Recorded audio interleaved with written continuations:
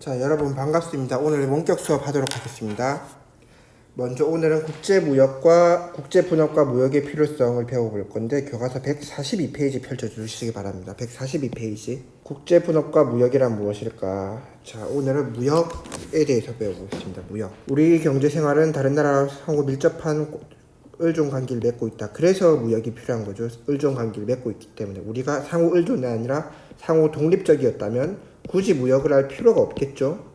왜냐면 독립적으로 하니까 각자 알아서 잘 살면 되는데, 각자 도생을 하면 되는데, 상호 의존관계. 우리는 미국 없이 먹고 살 수는 있겠지만 굉장히 불편하겠죠. 왜냐면 스마트폰도 못 쓸, 애플도 못 쓸 거고, 나이키도 못 입고, 아디다스도 못 입고, 뭐 우리가 좋아하는 뭐 미드, 넷플릭스, 유튜브 이런 거 다 미국 건데 미국이랑 무역을 완전히 단절하면 그거 다 끊기는 거니까. 그래서 중국에서는 유튜브를 보지를 못하죠. 유튜브도 못하고 인스타그램 중국에서 못합니다. 바이두 그거만 써야 돼. 미국이랑 SNS 무역을 안 하니까 그런 게 생기는 거겠죠. 그리고 예를 들어 우리는 외국에서 수입해온 식재료로 음식을 만들어 먹기도 하고 외국에서 수입해온 옷을 입거나 외국산 필기구를 사용하기도 한다 등등 많이 사용을 하는데, 무역이란 그래서 각 나라가 자신들의 생산한 상품이나 서비스를 다른 나라와 사고판 국제 거래를 의미한다. 이거 워낙 쉽긴 하지만 그래도 한번 밑줄 긋겠습니다. 자신들이 생산한 상품이나 서비스를 사고 팔고 거래를 한다. 과거에는 재화와 자원 위주의 국제 거래가 대부분 차지했지만 재화, 눈에 보이는 것, 휴대폰, 옷 이런 거였지만 오늘날에는 기술 서비스, 여기서 서비스는 지금 말하는 뭐 구글, 넷플릭스, 유튜브, 뭐 디즈니 이런 것들, 서비스 분야도 다양하게 거래가 되고 있다. 그리고 점점 규모도 커지고 있다. 그래서 예전에는 우리나라가 이 안에서 중국과 일본 이 정도에서 거래를 했다면 이제 개방화가 되면서 전 세계 나라들과 막 다 거래를 하죠. 여기선 카카오도 사오고 여기 포도주도 사와서 먹고, 어쩌면 우리나라에서 정말 전 세계에서 일어난 모든 물건까지는 아니지만 각국의 우리나라 안에 있는 물건을 다 모으면 전 세계에서 온 물건을 다 모일 수도 있을 것 같은, 하다못해 막 여기 있는 나라에서 만든 것도 이렇게 거래가 될 수도 있잖아요, 여러분. 근데 예전에 조선시대에는 이런 걸 상상도 못했겠죠. 조선시대의 무역은 딱 이 정도였다면 지금은 이 정도. 왜 이렇게 됐을까요? 당연히 산업이 발달하고 세계화가 진행되면서 이렇게 다양한 무역을 할 수 있게 되었습니다. 국제 무역을. 그럼 국제 무역의 발달은 국제 분업을 촉진한다. 국제 분업은 무엇일까? 쉽게 말해서 그거죠. 예를 들면 한국은 잘하는 게 반도체를 만드는 것이니까 한국은 반도체를 만들고 미국은 미국은 유튜브를 만든다. 우리 이거 거래하자. 이게 그냥 국제 분업이죠. 너는 이걸 하고 나는 이걸 하고. 혹은 이런 것도 되겠죠. 예를 들면 대만에서 반도체를 똑같이 생산하는데 반도체에 필요한 게 예를 들어 ABC 총 1단계에서 7단계의 과정이 있으면 대만에서 1단계, 2단계를 생산해서 주면 우리나라가 2단계부터 7단계까지 생산해서 완성해서 파는 거죠. 그러니까 대만에서 이만큼 생산한 거를 사와서, 예를 들어 이거 이름이 땡땡땡 칩이라고 합시다. 이 칩을 사와서 한국이 이걸 더 완전히 반도체로 만들어서 판다. 이것도 국제 분업, 이것도 국제 분업이 되겠죠. 뜻을 보면은 각 나라가 무역에 유리한 것을 특화하여 생산하는 것을 말한다. 그리고 이걸 해석하자면 한 나라가 다른 나라보다 잘 만들 수 있는 것을 집중해서 생산하면 더 많은 이익을 얻을 수 있다. 따라서 무역이 발달하면 특화가 촉진된다. 특화가 촉진되면 당연히 무역도 촉진되겠죠. 이렇게. 그래서 여기서 특화를 얘기하면 미국은 유튜브, 동영상 소셜 네트워크 서비스에 특화되어 있고 우리나라는 반도체 기술에 특화되어 있고, 이 시장에서는 대만은 땡땡땡 시장에서 특화되어 있고 우리나라는 반도체 시장에서 특화되어 있다라고 말을 할 수 있겠죠. 특화, 각자가 잘할 수 있는 일에 전념하는 것. 얘는 이걸 잘하고 얘는 이걸 잘하니까 각자 이렇게 하면 되겠다. 쉽게 말해서 이것도 특화죠. A라는 학생과 B라는 학생이 있는데 수학과 영어가 있다. 얘는 1등급, 7등급, 7등급, 1등급이다. 그래서 얘네 둘이서 스터디를 하게 됐다. 얘는 수학에 특화되어 있고 얘는 영어에 특화되어 있다.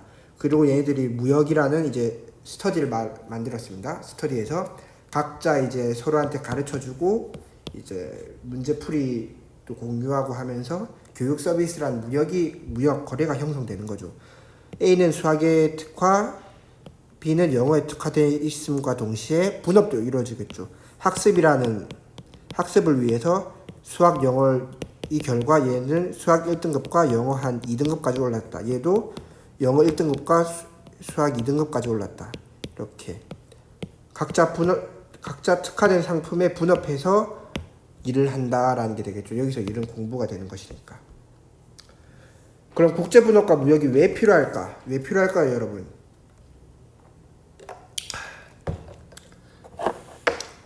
왜 필요할까? 다음 사례를 통해서 살펴보자. 에티오피안 아랍에미레이트는 석유 매장량이 많은 대신에 농사지을 땅이 없다. 그리고 에티오피아는 풍부한 농경지대로 인해서 전 국토의 70%를 농작물 재배에 생산할 수 있다. 그래서 쉽게 말해서 얘는 석유 주고 얘는 농작물 주고, 그러니까 얘는 석유가 많아서 석유가 비싸긴 한데 석유만 있다고 해서 석유 먹고 살 수는 없잖아요. 그래서 석유를 팔고, 에티오피아는 농작물만 먹고 살 수는 있는데 좀 풍족하게 살지는 못하겠죠. 석유가 있어야 뭐 기름도 넣고 아스팔트도 깔고 할 거니까. 그래서 석유를 수입을 의존하고, 이제 어딨냐, 에티오피아는 교통수단을 움직이는 석유를 전량 수입에 의존하는데 사우디는 아랍에미레이트에 주로 수입하고 있다. 이런 식으로 아랍과 에티오피아는 자국에서 생산되지 않은 부족한 품목을 어떻게 얻고 있을까? 여기 정답은 국제무역을 통해서 얻고 있다라고 하면 되겠죠. 위 사례에서 석유 수출, 농작물 수출하면서 서로 윈윈을 하고 있다. 이처럼 국제분업과 무역은 자국에서 얻기 힘든 물건을 다른 나라에서 얻는 데 필요하다. 생산 요소가 지역에 따라 분포의 차이를 보이기 때문이다. 이거 한번 읽어보십시오, 여러분. 자, 그 다음 드디어 국제가 아니라 비교 우위와 절대 우위가 나옵니다. 쉽게 말해서 이렇습니다. 비교 우위와 절대 우위. 옷과 폰이 있다고 합시다. 옷과 폰이 있고 A와 B가 있다.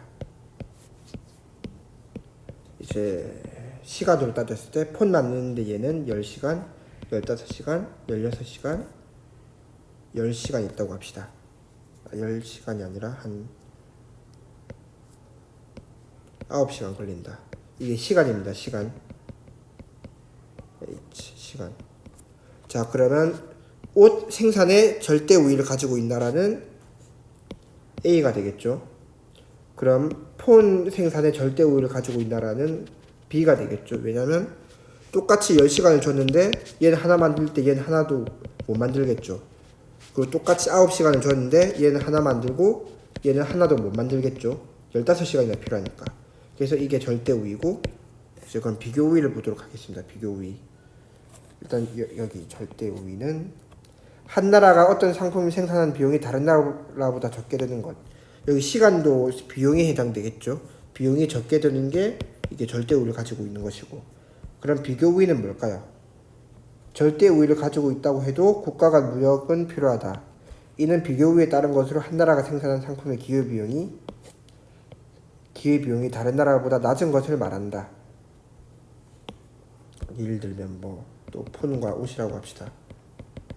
A, B가 있고 좀 극단적으로 예를 들어보도록 하겠습니다. 돈으로 따졌을 때 폰은 얘는 폰 만드는데 $100가 필요해.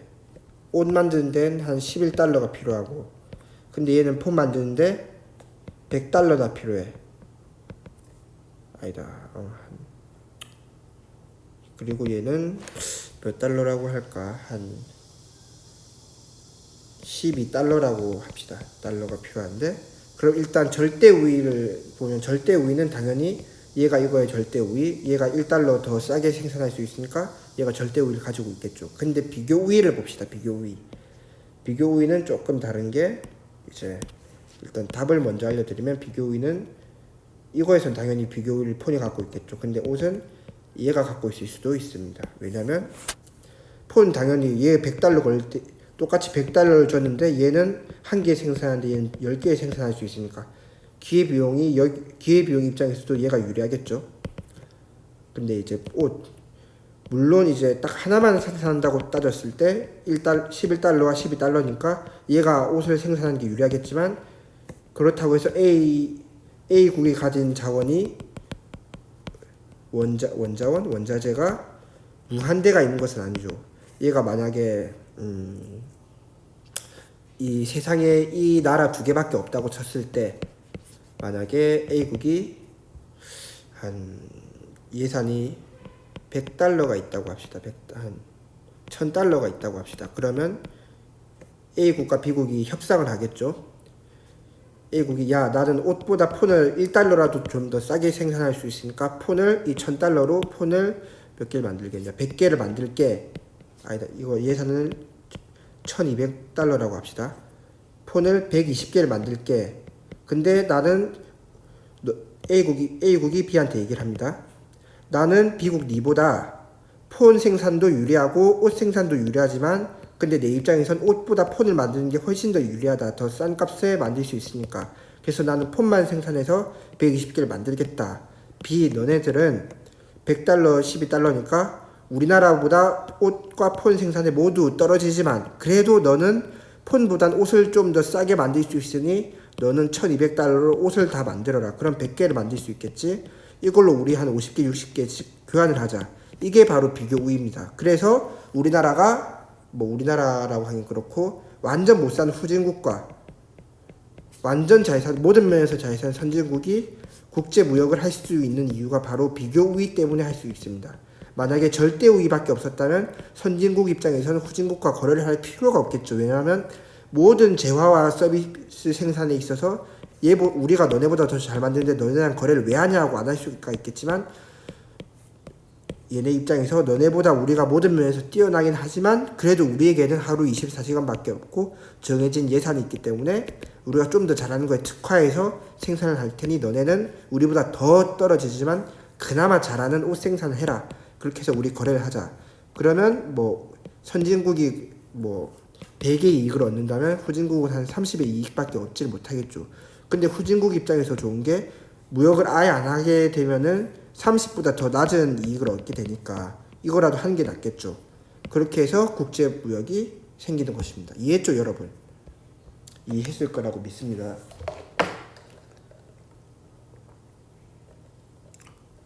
그게 바로 비교 우위 절대 우위입니다. 한번 읽어보십시오. 설명 다 했습니다. 다음 탐구 주제. 무역의 확대가 우리 삶에 끼친 영향. 자, 무역을 하면은 먼저 긍정적 영향이 생기는데 첫째 뭐가 있을까요? 다양한 상품이나 서비스를 낮은 가격에 소비할 기회를 증가시킨다. 맞겠죠? 여기 마트에 봅시다. 여기서 한 이 정도는 국내에서 생산하는 것이지만 여기 프링글스 이런 것들 다 외국에서 생산하는 거죠. 만약에 거래를 하지 않았다면 우린 이거밖에 상품을 얻지 못하겠지만 국제 무역을 함으로써 다양한 상품, 이 많은 상품들을 더 낮은 가격에 소비할 기회가 생기는 거죠. 그 다음 둘째, 국내 기업의 경쟁력 강화에 이바지한다. 국제 무역을 하게 되면 국내 기업의 경쟁력이 더 강화된다. 왜 강화될까요?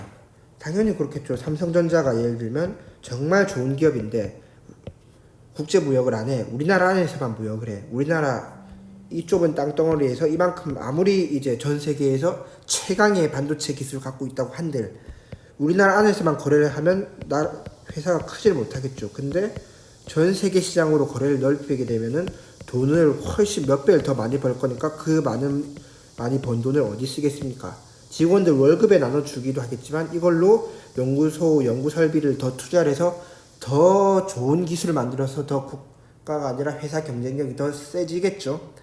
그래서 경쟁력이 강화된다. 아무래도 우물에서 노는 개구리와 바닷가에서 못 살긴 하지만 그냥 우물한 물고기와 바다의 물고기는 당연히 바다가 커지는 것처럼 금붕어도 그렇잖아요. 어항에서 키울 땐 이 정도밖에 못 크지만 바다나 호수에서 키우면 금붕어가 이렇게 커진다면서요. 그런 논리죠. 또 새로운 기술이 전파된다. 새로운 기술이 전파된 게 왜 좋을까? 우리나라에서 스마트폰이 아니라 커피도 그렇고 갑자기 연금술을 만들었다고 칩시다. 만약 연금술을 만들었는데 연금술을 만들어서 우리나라만 쓰는 게 아니라 전 세계에 전파를 해. 그럼 우리나라 기술 뺏기는 거 아니에요? 안 좋은데 한데 이 연금술이 이쪽에 가가지고 예를 들면 70점짜리 연금술을 이쪽에 기술 전파를 했는데 이쪽이 연금술을 통해서 이제 나라 경제가 커졌어. 이렇게 커졌어. 그리고 그럼 연금술이 한 80점짜리 얘네들이 더 개발했어. 얘네들이 또 이쪽에 전파를 해주고 이 80점짜리가 90점이 되고 또 이쪽에 전파해서 100점이 되고 또 110점이 되고 이런 식으로 점점점 커지겠죠. 즉 지구촌 이 시장에서 얘가 이 나라가 많은데 얘 혼자 100달러 한 달에 100달러를 버는데 다른 나라 다 10달러밖에 못 벌어. 10. 이 상태로 얘가 근데 기술 전파를 하면 다 같이 성장하겠지만 기술 전파를 안 해. 그러면 100달러 이세로 유지를 하겠지만 만약에 이게 전파를 하게 돼 버린다면 얘가 다 전파를 하니까 다 100달러씩 벌겠죠. 새로운 기술이 전파가 되니까 100달러씩 버는데 아무래도 돈이 많은 회사에서 기술이나 연구가 많이 진행되면서 얘가 갑자기 이제 자극을 받아가지고 100달러를 만들다가 갑자기 다른 기술을 또 만들어서 10달러를 더 벌어서 110달러가 됐네. 근데 그때 우리나라한테 기술을 가르쳐줘서 정말 고맙다 하고 이제 또 기술을 가르쳐줬어. 그럼 얘도 110달러를 벌게 되겠죠. 그럼 얘도 110달러, 얘 또 전파돼서 110달러 되고 그러다가 얘가 또 한 150달러짜리로 40달러짜리 기술 또 만들었어. 150이 되니까 또 전파해서 150. 즉 두루두루 잘 살 수 있는 거죠. 이렇게 되면 새로운 기술이 전파된다. 이처럼 기술 창조가 어려운 나라에 도움이 되고 그래서 외국에서 이제 못 사는 나라에 원조를 한다고 하죠. 우리나라 에티오피아라거나 좀 못 사는 나라에 무상으로 무언가 제공해주고 그런 게 우리나라가 한 뭐라고 해야 되지? GDP가 100인데 1000인데 다른 나라 다 10이야. 근데 우리나라 입장에선 GDP 1000 국가들이랑 놀고 싶은데 주변에 GDP 1000 국가가 없어. 근데 우리가 조금씩 도와주면 언젠간 얘네들 GDP 1000이 다 될 거잖아. 그러면 다 우리랑 동등하게 되니까 다 같이 더 부자가 1명 있는 나라, 부자가 10명 있는 나라, 부자가 10명 있는 나라가 무조건 좋겠죠. 무조건 아니지만 아무튼 좋겠죠. 그 다음 넷째, 문화교류를 활성화한다. 문화교류를 활성화를 하니까 우리나라가 지금 넷플릭스 영화도 볼 수 있고 디즈니 영화, 헐리우드 영화를 볼 수 있는 거지. 문화교류를 안 했으면 우리나라는 한국 영화밖에 못 보겠죠, 여러분. 이런 장점이 있다. 그러면 부정적 영향은 뭐가 있을까? 첫 번째, 경쟁력을 갖추지 못한 국내 산업이 어려움을 겪고 있을 수 있다. 예를 들면 이 포도라고 합시다. 외국은 이제 포도 와인을 만드는데 와인을 외국에서는 100년 동안 만들어서 와인 기술이 워낙 특출해서 싼값에 질 좋은 와인을 만들 수 있어. 근데 우리나라 입장에서 이제 우리나라가 와인 생산을 목표로 하고 있어. 와인을 이 나라만큼 만들고 싶다. 그래서 와인을 이제 막 만든 지 1년밖에 안 됐어. 당연히 얘가 좋겠죠. 기술이 값도 좋고 질도 좋고. 그래서 계속 우리나라에서 와인을 시작했음에도 불구하고 얘네 와인만 먹어. 그러면 경쟁력을 갖추지 못했죠. 이게 크지도 않겠죠. 이거 좀 와인이 팔려야 그 돈으로 또 와인 개발을 하는데 사람들이 계속 이거만 사 먹으니까 이건 점점 도태돼서 결국 와인 회사는 망하게 되겠죠. 그래서 경쟁력을 갖추지 못한 국내 산업이 어려움을 겪을 수 있습니다. 그 다음 다른 나라의 경제 상황이 국내 경제에 미치는 파급 효과가 커진다.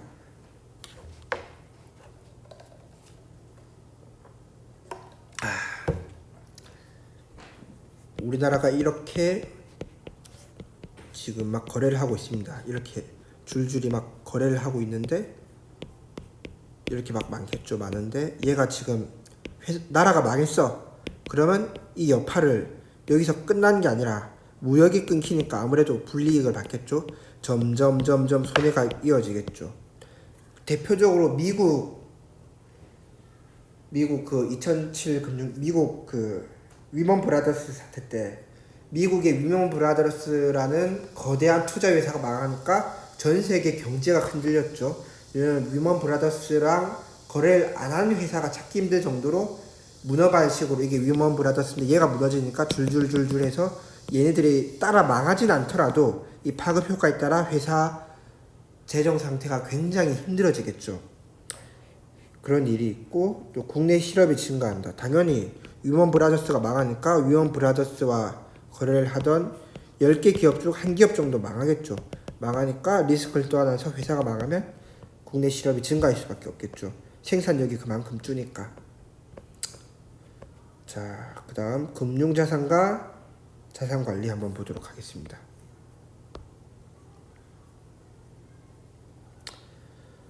자산관리의 기본 원칙은 무엇일까? 선생님이 이제 코로나로 여러분들 자주 만나니까 선생님의 자산관리 비법을 가르쳐 드리겠습니다. 선생님이 이제 투자를 워낙 많이 해가지고 먼저 자산관리는 크게 안전성, 수익성, 유동성으로 나뉠 수 있는데 안전성은 뭐냐? 금융자산 가치가 안전하게 보장될 수 있는 정도를 얘기하고 수익성은 이자나 수익을 기대할 수 있는 정도, 유동성은 보유자산을 쉽게 현금으로 전환할 수 있는 정도를 의미한다라고 하는데 표로 설명을 한번 해드리겠습니다. 안전성, 수익성, 유동성이 있습니다. 유동성이 있고 이제 예금, 주식으로 비교를 하겠습니다. 자, 예금은 쉽게 말해서 여러분들이 엄마한테 10,000원을 받은 걸 여러분들이 통장에 넣어 놓는 겁니다. 예금 금리가 보통 1%입니다. 그러니까 안전성, 예금은 농협이 망하지 않는 한 안전성은 여러분들의 10,000원은 무조건 보장이 되겠죠. 이자는 적게 받더라도 여러분의 원금은 무조건 보장이 됩니다. 그래서 안전성 아주 높죠. 근데 주식은 안전성이 낮죠. 주식은 당장 선생님이 주식을 많이 갖고 있는데 지금 수업한 이 순간에도 선생님의 주식은 올랐다가 내렸다가 계속 반복이 될 것입니다. 이런 식으로 안전성이, 그러다가 뭐 선생님이 한 달 뒤에 오늘 주식을 사서 한 달 뒤에 주식 창을 봤는데 회사가 지금 망했네? 그러면 선생님이 여러분들이 이 10,000원을 똑같이 10,000원을 예금에 넣어놨으면 내 10,000원이 무조건 보장이 돼서 안전성이 높은데 이 10,000원을 예금에 안 넣고 주식 뭐 10,000원짜리 주식을 샀는데 한 달 뒤에 이 주식이 2,000원이 됐다. 그럼 안정성이 굉장히 낮은 거죠. 금융자산의 가치가 안전하게 보장되지 않았기 때문에 안전성이 예금에 비해서 낮다고 볼 수 있습니다. 그 다음 수익성. 예금은 이제 1%니까 10,000원을 넣으면은 1% 얼마입니까, 여러분? 100원이죠. 1년에 100원의 수익성을 얻을 수 있으니까 굉장히 낮다고 볼 수 있습니다. 근데 주식은 10,000원을 넣어놨는데 2,000원이 될 수도 있지만 갑자기 여기서 뭐 석유를 발견해가지고 10,000원짜리가 한 10만원이 될 수도 있습니다. 그래서 수익성이 아주 높죠. 당장 물론 우리나라는 하루 만에 10,000원이 10만원이 되긴 힘들겠지만 하루에 선생님 아침에 주식을 사서 3시쯤에 확인해봤는데 10,000원이 12,000원으로 갈 수는 있습니다. 이런 식으로 갑자기 몇 시간 안 지났는데 20%나 수익을 냈어. 근데 여기는 1년에 1%를 수익을 내니까 주식이 수익이 훨씬 높죠. 그 다음 유동성. 예금은 여러분들이 24시간 언제든지 ATM기 앞에 달려가서 내가 아침에 입금했던 10,000원 출금하겠습니다 하면 다 무조건 10,000원을 현금으로 바꿀 수 있죠. 자산을 쉽게 현금으로 교환할 수 있는 정도를 의미한다. 유동성 높죠. 근데 주식은 선생님이 10,000원짜리 주식을 당장 판다고 해서 팔 수가, 어제 10,000원짜리 주식을 샀다고 칩시다. 이거를 현금으로 바꾸려면 일단 이 주식을 팔아야 돼. 10,000원에 팔아야 되는데 살 사람이 없으면 팔 수가 없습니다. 이건 일단 10,000원이 팔려야 되고 10,000원이 팔렸다고 해도 이 10,000원을 현금으로 바꾸기 위해선 이 영업일이 지나야 됩니다. 예를 들면 월요일에 팔았으면 수요일은 돼야 이걸 현금으로 바꿀 수 있어. 유동성이 굉장히 낮죠. 일단 이거를 팔고 판 걸 또 이틀 있다가 현금으로 뽑을 수 있으니까 유동성이 낮다고 볼 수 있습니다. 이게 바로 자산관리의 특성입니다. 여러분 이해됐죠? 여러분 이제 금융자산의 종류와 특징에 대해서 보도록 하겠습니다.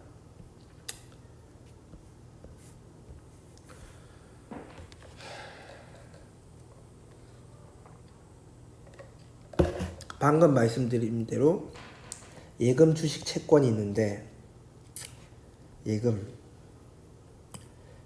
크게 요구불 예금과 저축성 예금으로 구분된다. 요구불 예금은 자유롭게 입출금을 할 수 있어 유동성이 높으며 돈을 맡겨놓고 필요할 때마다 돈을 이체한 용도에 적합하다. 쉽게 말하면 지금 자유입출금식 예금, 여러분들이 가장 많이 하는 예금이 되겠죠. 근데 저축성 예금은 일정 금액 돈을 계약기간 맡겨두고 이자를 받는 자산으로 목돈을 운용하기 위한 목적으로 쓰이는데 대표적으로 정기예금이 있다. 여기 요구불 예금은 이제 진짜 자유입출금식, 이 통장에 10,000원 넣고 뭐 내일 500원 뽑고 뭐 1,000원 뽑고 할 수 있는 건데, 예금 예금 상품을 말하는 건데 이건 이런 게 있겠죠. 2년 만기로 해서 1,000만 원을 넣어 놓으면 수익률 2%를 2%는 너무 작은 3%를 합시다. 3%를 내겠다. 근데 중간에 이거를 파기하고 깨면은 이 1,000만 원은 그대로 가져갈 수는 있는데 이 3% 이익은 얻지 못하겠죠. 이런 게 바로 정기예금입니다. 여기 일정 금액을 1,000만 원을 계약 기간 동안 2년 만기 동안 맡겨두면 이자를 받는다. 3% 이자를 받는다. 이 이야기를 하는 거죠. 이처럼 예금은 쉽게 현금으로 바꿀 수 있고 원금 손실 위험이 적어 유동성과 안전성이 높지만 다른 금융자산에 비해 수익성은 낮다. 아까 얘기한 거죠. 그 다음 주식. 선생님의 친구 주식. 주식회사가 발행한 주주의 지분을 말한다. 예를 들어 선생님이 삼성전자 주식을 200주를 가지고 있으니까 선생님은 이제 만약에 삼성전자가 총 1,000주라고 치면 쌤은 20%의 삼성전자 지분을 가지고 있다고 말을 할 수 있겠죠. 물론 실제로는 0.00001%밖에 안 되겠습니다.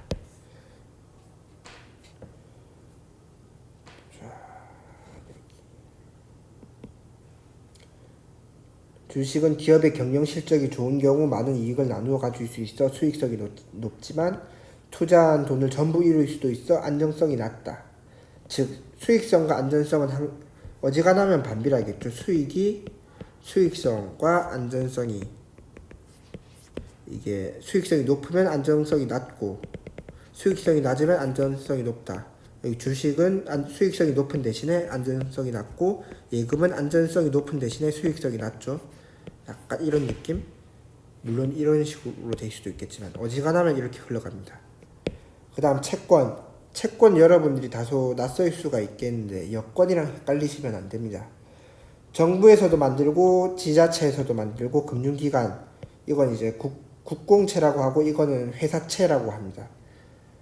등의 다수의 사람들이 직접 자금을 조달하기 위하여 발행한 일종의 차용 증서이다. 채권을 발행한 기관은 채권 만기일에 채권 금액을 이자와 함께 갚아야 한다. 이런 거죠. 예를 들면 국토교통부에서 만약에 국토교통부에서 채권을 발행을 합니다. 저기 마창대교를 짓고 싶은데 물론 마창대교는 이제 일반 사기업이 가지고 있지만 예를 든 겁니다. 마창대교를 만들고 싶은데 필요한 게 2조 원이다. 2조 원까지 안 들긴 하지만 어쨌든 2조 원인데 이걸 너무 만들고 싶은데 당장 2조 원 돈이 없어. 그러면 이 차용증서 채권을 만들어야 되겠네. 여기 쭉 씁니다. 우리에게 2조 원을 빌려줄 경우에 이제 뭐 한 2조 원을 빌려달라 해서 빌려주고 이걸 10년 뒤에 갖고 오면은 한 10%의 수익률을 반영해서 2.2조 원으로 우리가 22조 원이 되겠네. 22조 원으로 돈을 돌려드리겠습니다 하고 이 차용증서, 이 채권을 발행하고 누가 이걸 2조 원을 주고 샀습니다. 그러고 이제 마창대교 지어지고 10년 뒤에 얘가 이 차용증서를 들고 국토부로 갑니다. 너네 내가 10년 전에 그 2조 원 빌려준 거 기억나지? 2.2조 원 맞네. 기억나지? 자, 이거 10년도 지났고 2조 원 빌려줬고 10년도 지났으니까 10% 이자 반영해서 2.2조 원으로 나한테 내놔 했을 때 국토부는 이 2.2조 원을 줘야 되겠죠. 그것을 쉽게 말하면 이런 걸 말합니다. 이자와 함께 갚아야 한다. 앞에서 은주가 채권을 선택한 것은 예금보다는 안전성이 낮지만 수익성이 높다는 점을 고려한 것이다. 그러나 채권은 주식보다 비교적 안정성이 높은 편이다. 왜냐면 주식은 지금 이 순간에도 계속 가격이 변하는데 채권은 그렇게 안 변하죠. 얘가 물론 이 채권을 당장 이 10년을 기다리면 되는데 10년 안에 돈이 너무 급해서 이걸 또 다른 사람한테 팔 수도 있습니다. 이거 10년 내가 5년은 기다렸는데 5년 못 기다려서 너한테 판다. 이거 5년만 더 있다가 저기 가져가면 2.2조 원을 바꿀 수 있으니까 내가 2.1조 원에 내가 너에게 팔게. 이거 5년 있다 가져가면 2.2조 원 된다? 좋지? 이런 식으로 팔 수도 있습니다. 그래서 주식보다는 비교적 안정성이 높다. 채권과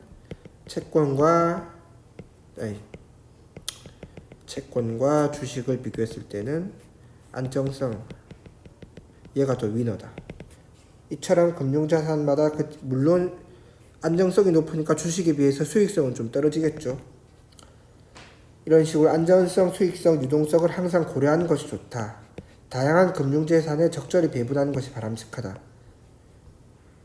뭐 예를 들어 내가 한 달에 1,000만 원을 번다고 치면 예금 뭐 500만 원 하고 채권에 100만 원 하고 주식에 한 400만 원 한다. 뭐 이런 경우도 있고 또 어떤 애는 나는 이런 거 불안해서 안 돼. 무조건 1,000만 원 하고 하나도 안 할 거야. 이런 경우도 있고 여러분들의 이제 선호도에 따라서 분배를 하면 되겠죠.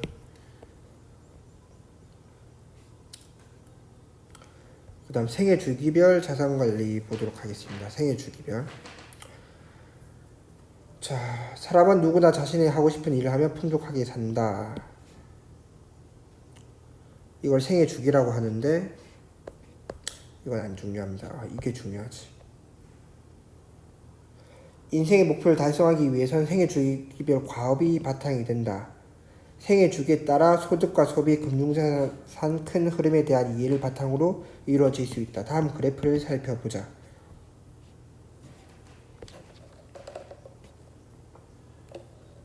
이게 지출 곡선이고 이게 수입 곡선인데 자 여기를 한번 그어보겠습니다.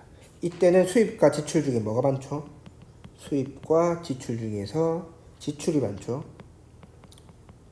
그리고 이때는 수입이 지출보다 많고 이때는 다시 지출이 수입보다 많고 왜 이럴까? 일단 30대 여러분들 10대 20대에도 여러분들이 막 경제적 자립을 하기는 힘들죠.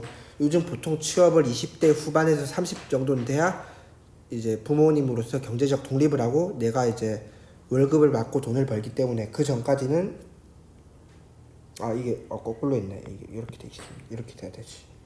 네.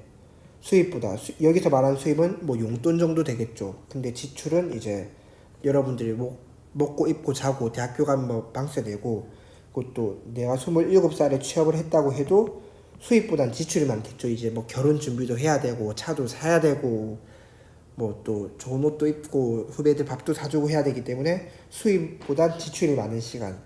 근데 30대부터 경제적 정년, 뭐 쉽게 말해 정년퇴임을 말하겠죠. 수입이 없는 걸 수입이 끝난 수입이 경제적 정년 여기 안 나오나? 안 나오네. 이제 은퇴한다고 칩시다. 은퇴라고 보면 되는데 이때는 이제 수입이 더 많아지겠죠. 지출 여기서 말하는 지출은 뭐 애들 학원비, 내 밥값, 생활비 등등이 되겠지만 수입은 이제 여러분들 월급 연차가 쌓이니까 월급이 점점점 많이 받겠죠. 이때 이거를 잘 저축을 해야 됩니다. 이때는 저축이 힘들겠지만 이때 이만큼 저축한 거를 이때 쓰겠죠. 이만큼. 그래서 이제 30대부터 65세까지 돈을 잘 모아놨다가 이제 은퇴하면은 돈을 못 버니까 이때 저축했던 돈을 이때 쓰는 거겠죠. 지출이 수입보다 많아진다.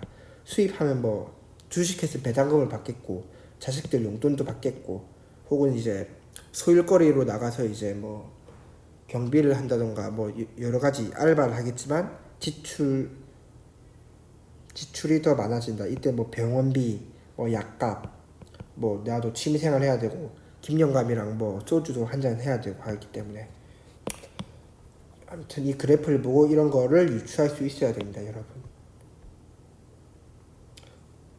지출이 수입보다 많은 시기, 지출이 수입보다 많은 시기를 대비하려면 어떻게 해야 될까? 이때 저축을 잘해야 되겠지. 이때 저축은 뭐 예금해도 좋고 주식을 해도 좋고 본인의 선택입니다. 즉 은퇴 이후를 대비할 필요성이 더욱 높아지고 있다. 왜냐하면 우리는 점점 고령화 사회가 되어가고 있기 때문에 평균 수명도 늘고 있고 따라서 재무 상황을 잘 파악해서 목표를 세우고 뭐 난 은퇴 전까지 10억 정도를 모아놔서 죽기 전까지 쓸 거야 이런 식으로 이에 맞추어 소득과 소비를 적절히 고려해서 자금 준비를 실천하는 재무 설계가 필요하다. 이건 한번 읽어보시면 됩니다, 여러분. 그럼 오늘 수업은 여기까지 하도록 하겠습니다. 수고 많으셨습니다.